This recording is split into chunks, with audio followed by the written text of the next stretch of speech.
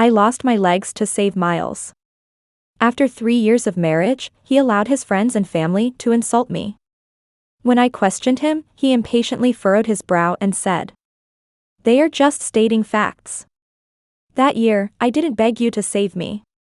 No one asked if I wanted to." All the admiration from my youth turned to ashes in that moment. That night, I mixed sleeping pills in his milk, and while he slept, I cut off his legs. I held him as he screamed in pain, then closed my eyes. When I opened them, I was back to 3 years ago, before the accident happened.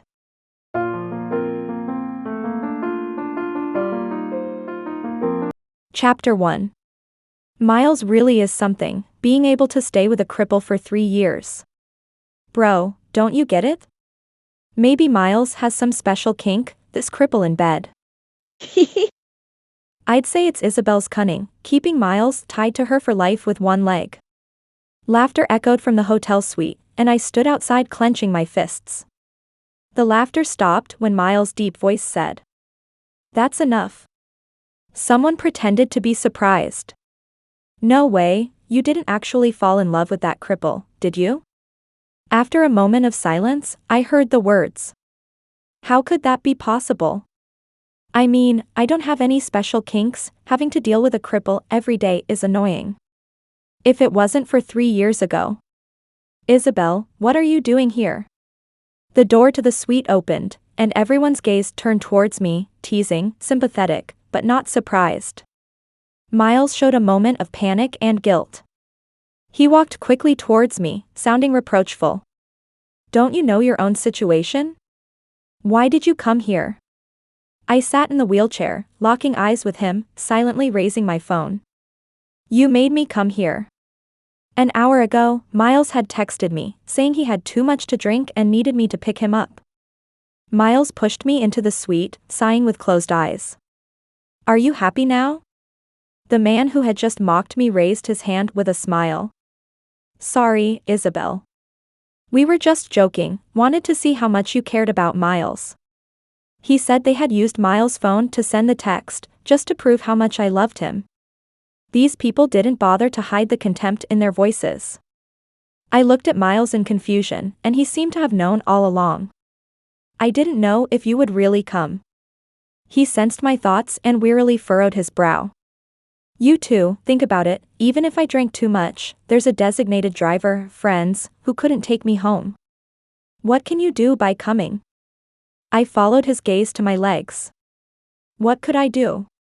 Probably just anxiously shaking my wheelchair out the door after receiving the text, and having to trouble the driver to lift me into the car. Think about it now, I am really stupid.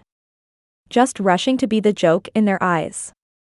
If there's nothing else, I'll be heading back first. I lowered my head, wheeled away, not knowing who blocked my way. "Isabel, don't be in such a hurry to leave, it wouldn't hurt to have a drink since you're here." Someone handed me a glass of alcohol, but I am allergic to alcohol. I looked back at Miles again, he chose to remain silent. Facing the eyes of the audience in the room, I silently took the glass of alcohol. Truly, Isabel. Oh crap. He let out a scream as I splashed the alcohol on his face. "What are you doing, you cripple?" I activated the electric mode of the wheelchair and ruthlessly rolled over the foot blocking my path. Behind me were voices cursing at me, but I ignored them, kindly closing the door to the private room for them. Chapter 2. Miles caught up, launching into a tirade of accusations. "Isabel, you've gone too far, they are all my friends." He reached out to grab me, but I blocked him. "They are your friends, I am still your wife. You defend your friends, but turn a blind eye when your wife is insulted?" Miles pursed his lips, a subconscious display of knowing he was in the wrong but unwilling to admit it. I suddenly found it all meaningless, wheeling towards the door. As I reached the doorway, he caught up again. "They are a bit blunt with their words. But those are all facts." I wasn't keen on hearing Miles' pent-up gas. Rubbing my moist eyes forcefully, I tried to keep my voice calm. "Let's get a divorce." Chapter 3. Miles stood still, blurting out a refusal. "No, I can't divorce you." I looked at him in confusion. Why? I heard it with my own ears. Clearly he said he didn't like me.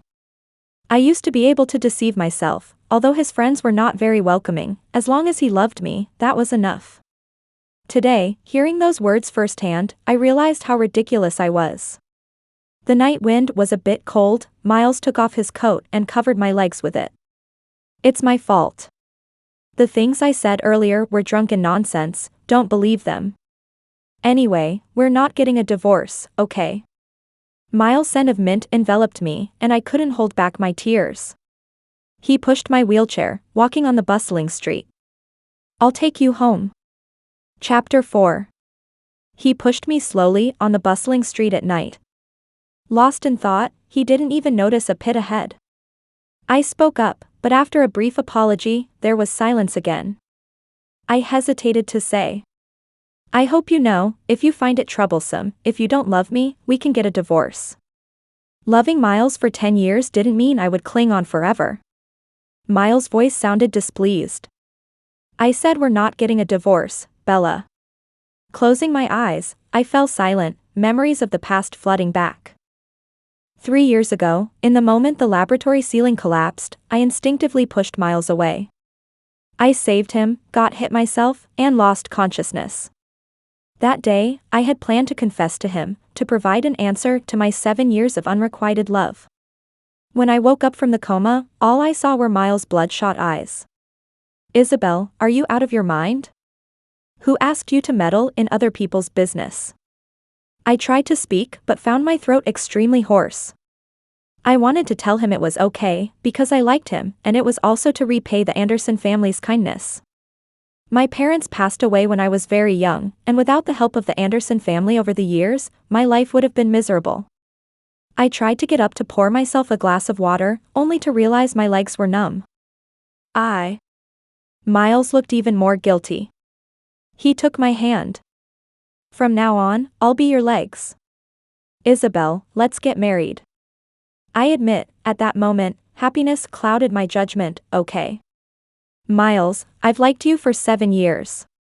Miles held my hand tightly without saying a word, and I subconsciously ignored the hint of reluctance in his eyes. Chapter 5. When I woke up in the morning, Miles was already gone. There was a glass of warm milk he had prepared for me on the bedside table. The company's been very busy lately, don't wait for me for dinner at night. I took a sip of the milk, it was sweet. But I never liked sweet milk. Sounds of clattering outside the door followed by a loud shout. Good morning, Isabel. It was Miles' cousin, Olivia. I sighed deeply, thinking this was going to be a big hassle. Olivia hugged me affectionately, but her eyes were full of mockery. Isabel, always causing trouble for my brother. At yesterday's gathering, there were several important connections my brother needed to maintain. Your crazy outburst caused a lot of trouble for him. What do you think should be done, Isabel? I calmly looked at Olivia. You can let Miles and me get a divorce. After the rush of happiness faded, I occasionally felt Miles' helplessness towards me. He always kept a slight distance from me. His friends weren't like that towards me from the beginning either. I understood that they were just saying what Miles couldn't say. So I've said more than once, if it's unnecessary due to saving a life, we can get a divorce. But he always refused. Olivia sneered. You don't think my brother doesn't divorce you because he likes you, do you? She forcibly dragged me into a wheelchair. I struggled, but it was futile. What can a cripple resist? She chuckled lightly in my ear.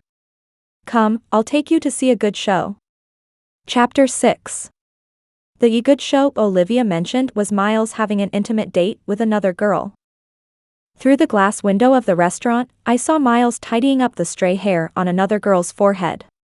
The love in his eyes was about to overflow. Olivia pursed her lips. See that? That's the person my brother likes. I didn't understand. Then why doesn't he divorce me? I'm not the one who's being persistent. Olivia complained. Isn't it because you took advantage of saving his life to blackmail my brother? If he were to divorce you, what would he become? Ungrateful. What are you pretending to be magnanimous for? Wasn't this all your calculation? I didn't understand why everyone thought I saved Miles out of cunning. I only lost my legs, but did he lose his freedom? The people in the room were too focused to notice me not far outside the window. I smiled, wheeling closer and lightly tapping on the glass window. Olivia didn't expect me to do this, her face stiffened. What are you doing? It's funny, she brought me here, but only allowed me to secretly lament after seeing it. She couldn't stop me in time, and the two inside the room noticed us. Shock, panic. Miles quickly appeared in front of me. Isabel, listen to me. He didn't know what to say, looking accusingly at Olivia.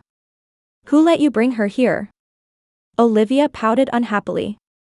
I felt sorry for Lena, you two have been in love for so many years. I stood frozen in place. In love for so many years? But before I wanted to confess, I had subtly asked Miles if he had a girlfriend. His answer was no, or else I wouldn't have mustered the courage. Isabel, go home first. Miles scolded Olivia, then called a car for me. Wait. I raised my hand to stop him. I want to talk to the lady inside. Isabel?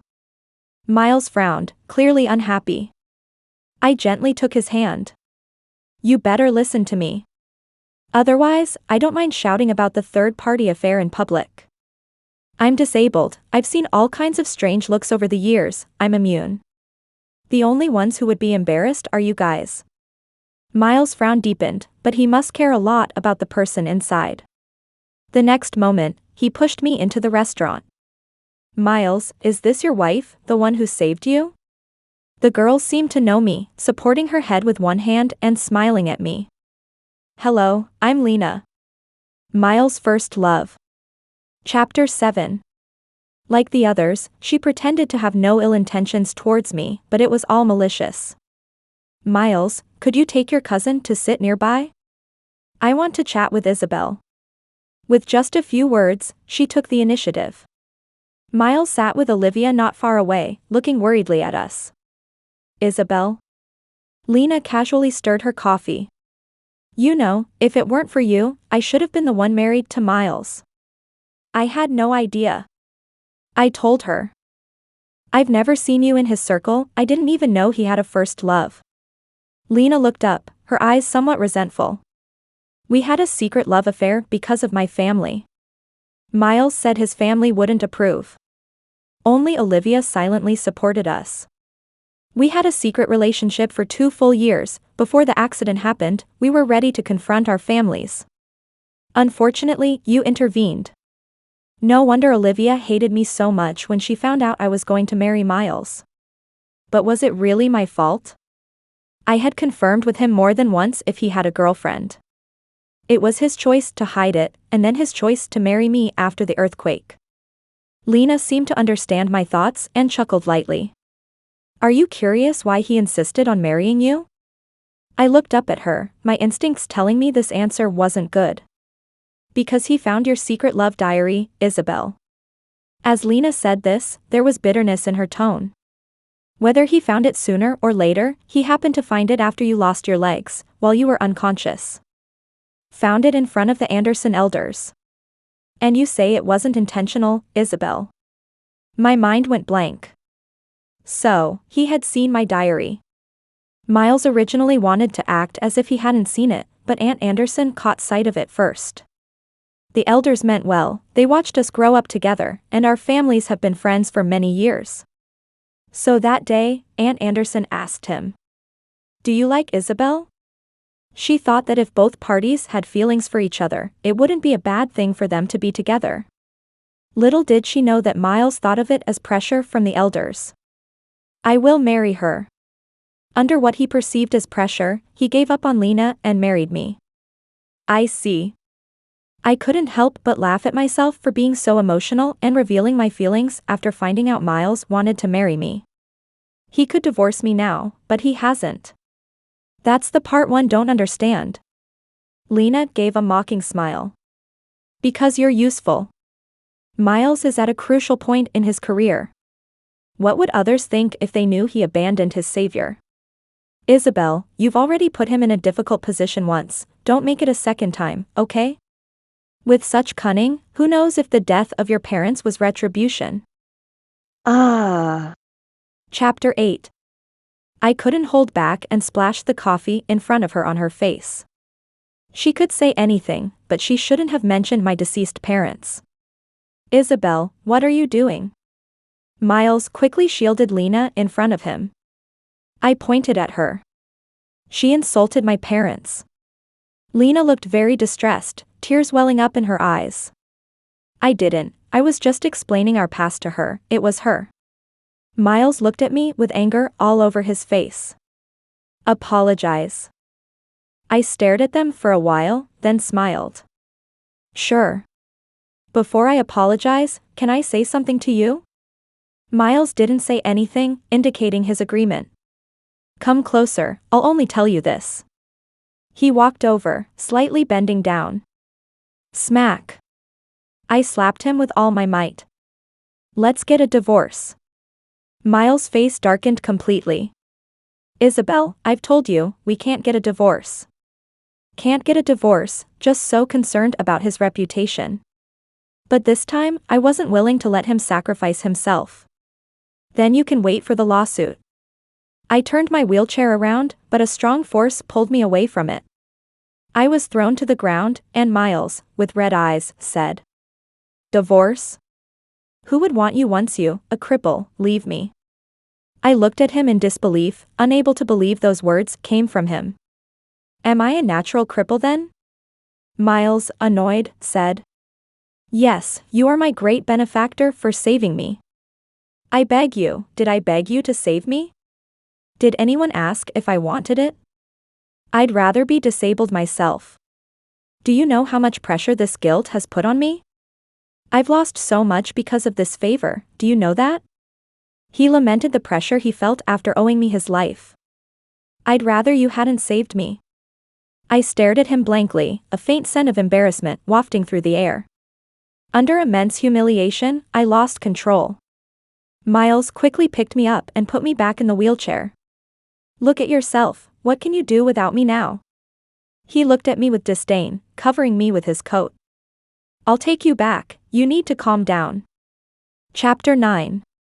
Miles called a car for me, and the driver was a chubby middle-aged woman. He had instructed her beforehand and gave her a little extra tip to push me back to the station after dropping me off. Perhaps sensing my bad mood, as she was leaving, she gestured to me to cheer up, saying, Girl, there's still hope in life. Maybe she was afraid I might commit suicide. I won't. Because just half an hour ago, I received a text from a stranger. It was a screenshot of a conversation. Miles, your wife seems determined to divorce you. It looks like your loving wife persona won't work with CEO Gordon anymore.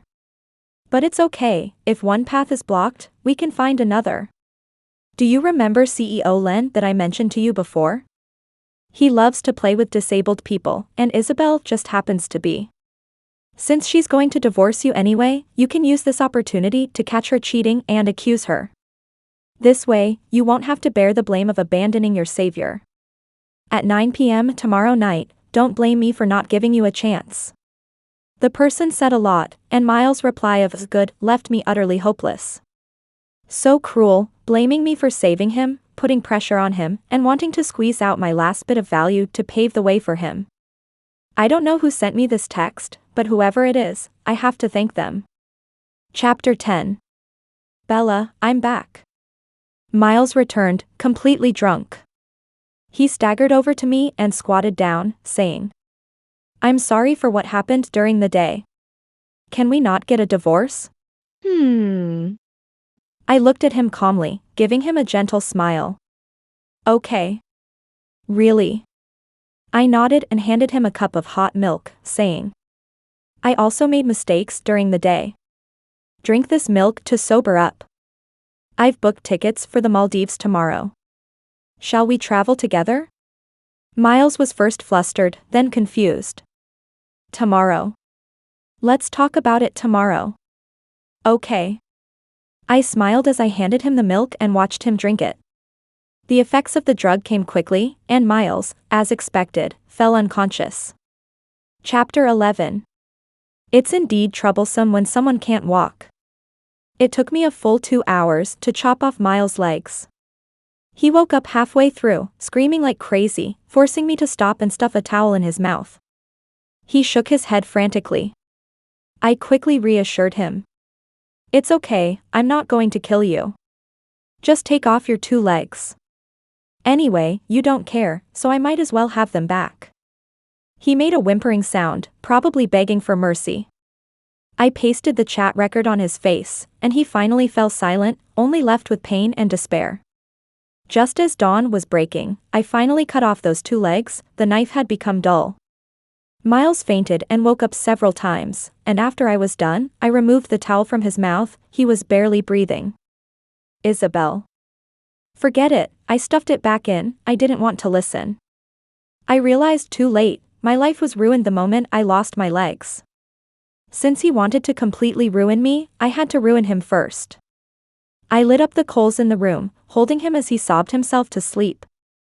It's good, at the moment of realization, the world was rid of a human-faced beast. Chapter 12. I never thought I could open my eyes again. The numb feeling in my legs made me widen my eyes in disbelief. I was reborn, back to before the accident happened. I jumped up suddenly, startling the others in the lab. Junior, are you okay?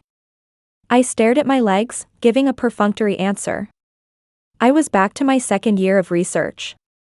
I had chosen the same major as Miles in order to be closer to him, even managed to get into the same group as him, but that accident made me give up my studies.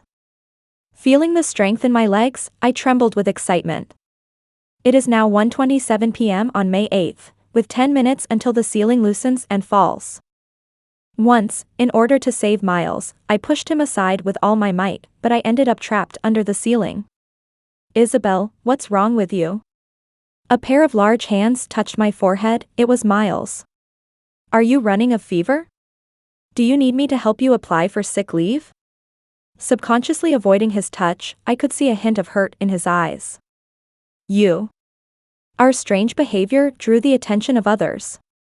Hey, are the lovebirds having a fight? I always used to chase after Miles, who never accepted or rejected me, leading everyone to jokingly call us a lovebirds. No, he has a girlfriend now, I have nothing to do with him. I quickly denied it, feeling unlucky just being associated with Miles. Seeing how quickly I rejected him and mentioned his secret girlfriend, Miles was momentarily stunned. Lowering his voice, he said, Isabel, is there some misunderstanding between us? Looking at him, I suddenly understood the strange dynamic between us. At this moment, Miles had a girlfriend, yet he remained unclear with me. Even when confronted, he was unwilling to admit it. Is this a desire for an exciting romance while not wanting to give up the good I offer him? So the person I once liked turned out to be rotten from the start. Be careful. A shout interrupted my thoughts. The ceiling began to fall, just like in my previous life, and Miles happened to be standing right in the center of it. I, on the other hand, was at the edge of the falling ceiling. In my previous life, I pushed Miles away regardless of my safety. This time, I quickly ran away from the danger. Bella. Miles called out to me in disbelief. The next moment, the ceiling fell, and after Miles shouted in shock, he passed out. Chapter 13. Out of morality, I still called an ambulance for Miles. The doctor said Miles's legs were disabled, and he would have to spend the rest of his life in a wheelchair. I had to suppress a laugh. Isabel, why? Why didn't you save me? Miles woke up, his voice hoarse, filled with a sobbing tone, as if I were a heartless person. You could have pushed me away. I tilted my head. Miles, stop pretending, I know you're back too. Before we got married, Miles had never called me Bella, and just now he asked why I didn't save him. Being exposed, Miles blushed, wanting to take the moral high ground to make me feel guilty. I sat next to him, gently patting his leg. Miles, your legs are disabled. Do you remember what you told me in the previous life? Did I beg you to save me? Did anyone ask if I wanted to? I'd rather be disabled myself. I smiled at him, saying, Aren't you the one who didn't want this? Congratulations, you've got what you wished for. You don't have to feel guilty because of me. You've only lost your legs now, but you're upright and don't need to force yourself to carry unnecessary burdens. Miles stood there in a daze, his face a colorful mess. Isabel, how did I not realize you're crazy? Can't you distinguish between angry words? His expression of not needing my help in the past life overlapped with his current attitude. If I saved him, he blamed me. If I didn't save him, he still blamed me. Fuming with anger, I reached out and slapped him. Do you dare to talk back to me knowing I'm crazy? Are you asking to lose another leg? After hearing my words, Miles shuddered. So many things had happened in quick succession that he almost forgot how he had tragically died in his past life. I must have lost my mind. I always hated women like you.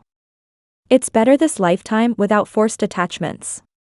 He was trying hard to save face for himself. Chapter 14. 10 minutes later, Aunt Anderson rushed in, looking disheveled. Miles. Uncle Anderson was away on a business trip and couldn't return, leaving her, a single mother, to bear this terrible news alone. Aunt, don't be too sad. At least he's alive. That's what matters. I consoled Aunt Anderson symbolically. In my past life, she wasn't bad to me, but she wasn't particularly good either. Before I married Miles, she genuinely treated me like a daughter. After we got married, she genuinely cared for me, but this care couldn't compete with the passage of time and the size of her biological son. So, when Miles's cousin bullied me, she chose to turn a blind eye. Isabel, please be cautious. Miles sounded anxious. He didn't want Aunt Anderson to worry, but now he couldn't even turn himself over. Bella, his father, and I are busy. Thank you for taking care of Miles. Aunt Anderson sobbed, holding my hand. I know you have feelings for Miles, but in this situation.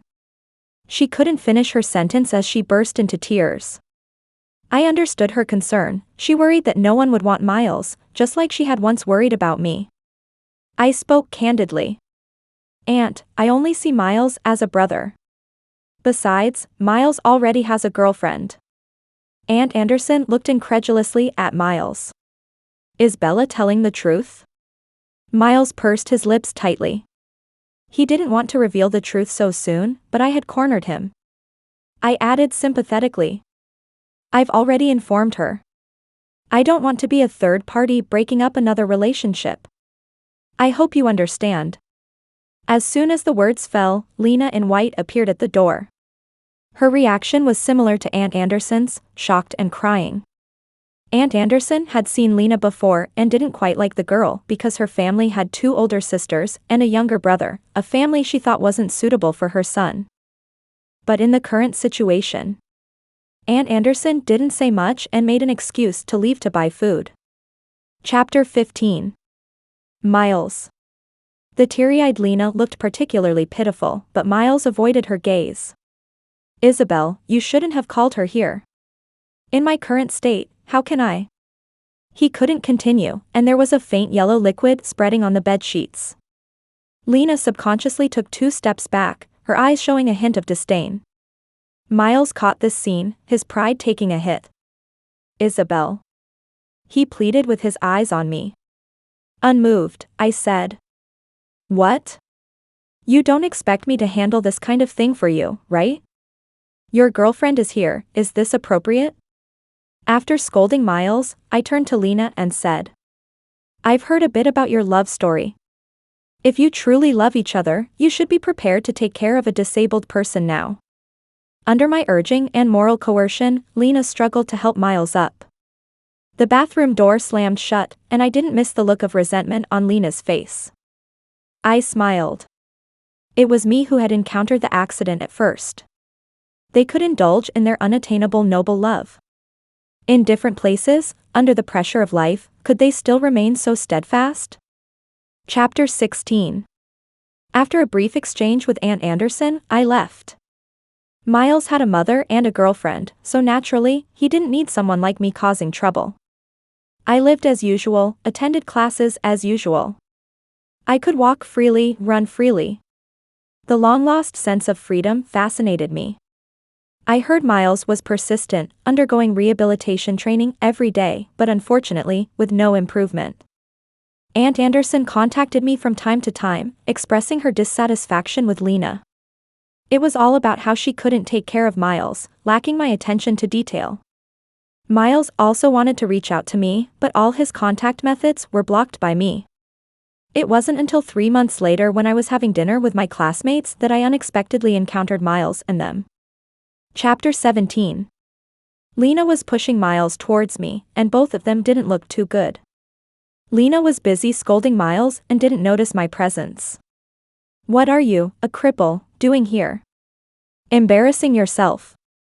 This tone of disdain sharply contrasted with her previously gentle demeanor. Lena's outburst wasn't surprising. I quietly investigated and found out that Miles' so-called romantic love was just a long-planned scheme by Lena. Coming from a poor family, Lena hoped to find a man with money but lacking intelligence to help change her fate. Miles appeared at just the right moment, but unfortunately, I intervened in his past life. As for this life, the rejected Miles blushed. "If I hadn't come, how would I know what you and your friends say about me?" Lena sneered. "That you're a cripple, a useless man? Are they wrong in what they say? Look at yourself, I have to help you even go to the bathroom, what else can you do? If it weren't to escape that family, who would want to be with a cripple like you?" Trembling all over, Miles shouted. "Divorce. Before we even have the wedding." It turned out they had already obtained the marriage license. It seems Aunt Anderson also knew her son's situation and didn't allow him to be too picky. Lena, without any mercy, punched him twice. "Divorce? Do you think I don't want that too? Taking care of you for 3 months, I'm about to throw up. If it weren't for your damn mother, do you think I would want to marry you?" After taking off her mask, the delicate Lena revealed such a vicious side. But a person like this was a perfect match for Miles. I couldn't help but laugh out loud, and the two finally noticed me. Seeing me, Lena quickly pushed Miles away. "You came just in time, take your brother away." Initially, when Miles and Lena had an underground relationship, he always claimed I was his sister. Lena coldly glanced at Miles. "I'm going back to the gathering, don't cause me any more trouble." Chapter 18. Lena left without looking back, leaving me and Miles facing each other. What he was experiencing now was exactly the same as what I went through back then. "Miles, do you remember how your friends used to talk about me?" Miles turned his head, his body trembling imperceptibly. "I'm sorry, I didn't know." I interrupted him. "You knew everything, but since it didn't happen to you, you didn't care. All right, don't be upset. I'd say Lena was still quite nice to you. She just scolded you a bit, but didn't hand you over to an older man with peculiar tastes, did she?" I was trying to comfort him, but his face was getting paler and paler. "No. Bella, let me explain, I didn't mean to really hurt you. I had everything arranged, the room was scented in advance, he would pass out before laying a hand on you, and the next day, all you had to do was pretend." He explained excitedly until he saw the icy coldness in my eyes. Actually, I had started to fall in love with you back then." I slapped him as hard as I could. Feeling like one slap wasn't enough, I followed up with several more. "Isabel."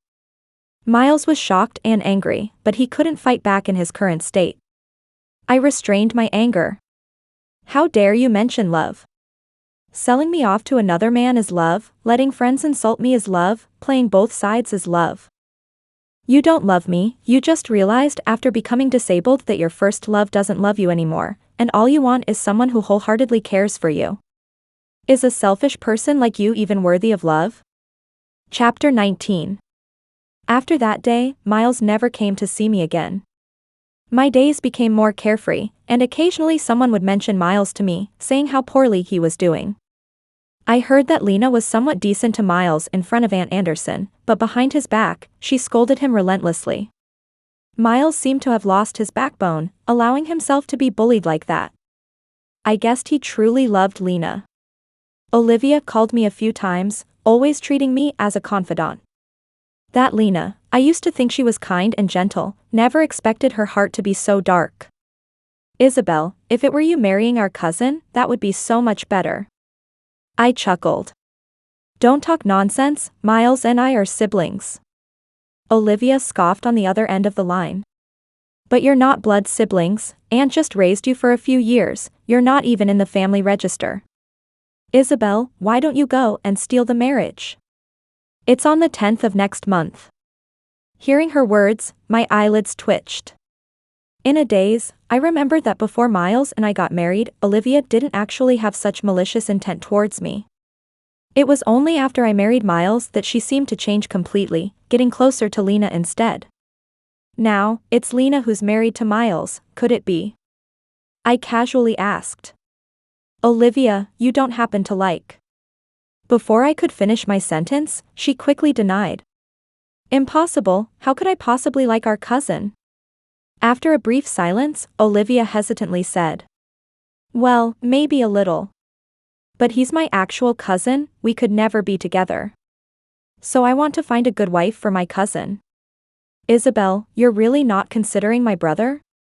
I smiled and pretended, secretly saving the recording. I will go. Olivia let out an excited cheer. A month later, I appeared at the wedding venue. Chapter 20. When I arrived at the wedding venue, Miles was being pushed out by Lena to greet the guests. Miles, feeling embarrassed, gritted his teeth. Do you have to make me come along? Lena smacked the back of his head. Shut up and tear your mouth. I couldn't believe their relationship had deteriorated to this extent. If it weren't for Aunt Anderson's deliberate intention to torment Lena, they wouldn't have been able to get married. When Miles was healthy, she would never have allowed someone like Lena, from a humble background, near her son. But now that Miles was disabled, families of equal status naturally didn't want to marry their daughters to him.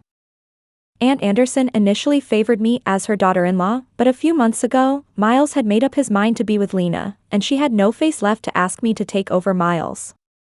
Since Lena's family loved money, Aunt Anderson simply gave them $300,000 in one go to buy Lena. After taking the money, Lena's family happily handed over Lena's household register. At first, Lena was willing to take care of Miles for the money.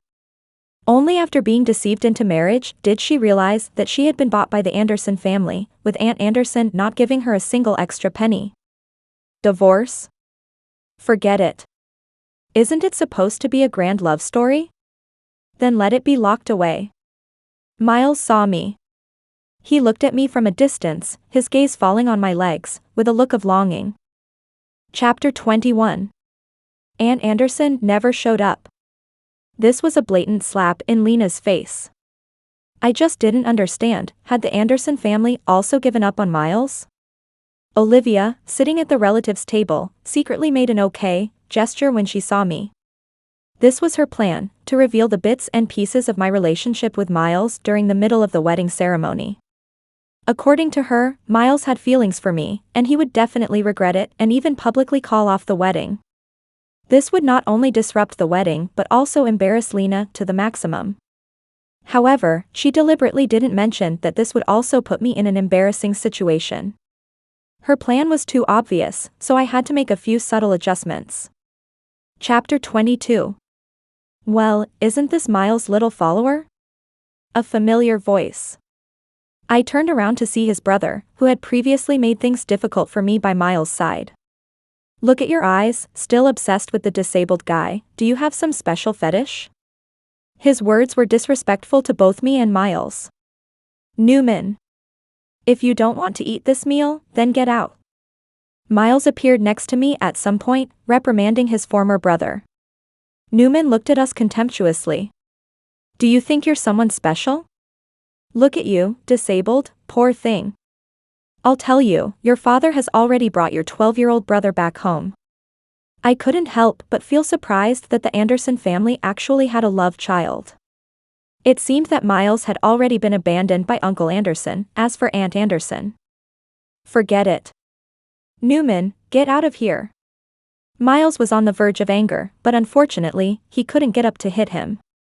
Newman was ordered to leave by Miles, but he just sat down nonchalantly. Get out. What trouble are you causing again, Miles? Lena chased after him, kicking Miles' disabled leg angrily.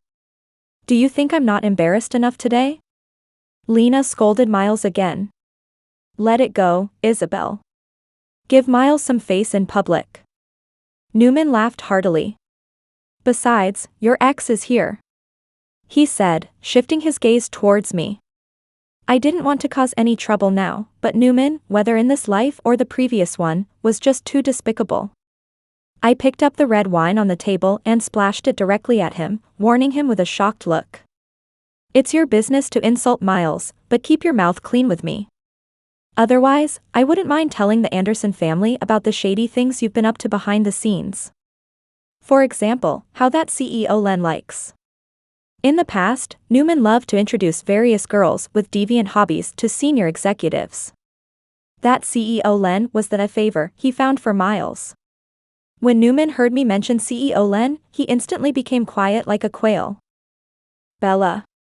Miles choked as he called out to me. I'm sorry, I really didn't know how difficult life could be after being disabled. Suddenly, the large screen interrupted Miles' confession. I saw Olivia stand up excitedly. Chapter 23. Isabel, why don't you go for a marriage proposal? It's on the 10th of next month. Olivia, you wouldn't actually like. How could I? How could I possibly like my cousin? Well, he's a bit. But he's my real cousin, so it's definitely impossible between us. So, I want to find a good wife for my cousin. There was no video playing on the screen, but my conversation with Olivia was clearly heard by everyone. This already chaotic wedding became even more tumultuous. Olivia screamed to turn off the display. Lena strode forward and grabbed her, giving her a good beating. She cursed incessantly, and several people couldn't stop her. I clicked my tongue in amazement. After all, a girl raised in a rural household that favored boys over girls, how could she be a delicate flower? Thinking back to her serene and contented demeanor during our restaurant conversation before, I couldn't help but find it ironic. Taking advantage of the chaos, I quietly left the scene, with Miles calling out behind me. Chapter 24. The events that followed were heard from others. After Olivia's hidden thoughts were exposed, her parents had a big argument with their eldest son. They believed that it must have been something Miles did that crossed the line, leading to Olivia's mistaken love. Uncle Anderson, who was already disappointed in Miles, now completely gave up on him. Even Aunt Anderson reluctantly gave up on her own son. Fortunately, the mother of the loved child had passed away early, so they could treat him as their own son and nurture their relationship. Lena was on the brink of madness, her reputation tarnished, known far and wide as a shrew. She wanted a divorce, but the Anderson family was not going to let her off easily. The Andersons blamed her for ruining their son. If she hadn't bewitched Miles, we should have been a couple. With my feelings for Miles, how could I have possibly not saved him in that accident? If it had been me with the broken leg, I could have just let Miles marry me. The Andersons were more than happy to go along with this reputation-building scheme. Their calculations were spot on, and my last trace of sympathy for the Andersons disappeared. Chapter 25. 6 months later, Miles committed suicide. Before dying, he took Lena with him. It was said that Lena got involved with Newman, quietly introducing Miles to an old man with peculiar tastes. After that, when Miles woke up, he completely lost his mind. He cried, admitting his mistakes, blaming Lena for leading him astray. Finally, in a delirious state, he said he wanted to change time once more. He would definitely choose Isabel firmly. He hired someone to sneak into his house, quietly replacing Lena's regular supplements with sleeping pills. While Lena slept, he set fire to the house, burning himself along with her. Chapter 26. After Miles died, I received a letter. It was from Miles, and I guessed it was nothing but some empty repentance. I didn't even open the envelope, just threw it in the trash. Start over? Impossible. God won't give a chance to the wicked.